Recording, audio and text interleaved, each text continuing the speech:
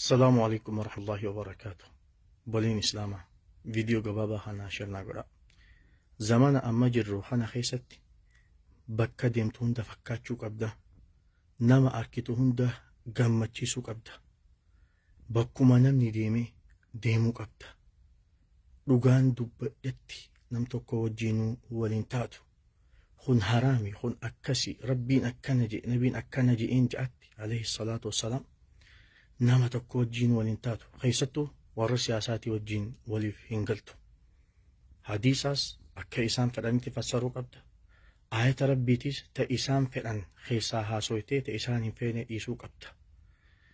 Gaafa waan isaan fedhan haasoytee ati caalimaa, ati sheekaa, ati hayyuudhaa, ati beekaa. Gaafa immoo fedhinnaa isaanii dubbachuu dhiistee ta rabbii dubbatte. Ati diigaa, ati wallaalaa, ati humaan beektuu, ati hin qaraanii, ati waa takka keessa hin jirtu. Yaa obboleessa kiyya dhageessiifin hima. Irdaa'u nnaasi gaayatun laa tudrak. Ilma namaatiin gammachiisaan kaayyoo hin dhaqqabamne. Osoo ilmi namaa afaan namaa jalaa kan nagaha bahu taate, rabbii ilma namaa uumeetu afaan namaa jalaa nagaha baha. Rabbiin ilma namaa harka isaatiin uumee isa nyaachisee, isa obaasee, isa razaqee, haala jiruu fi jireenya isaaf mijjeesse ilmi namaa rabbiin ilma qabaa je'eti rabbitti sharraksiisaa jira.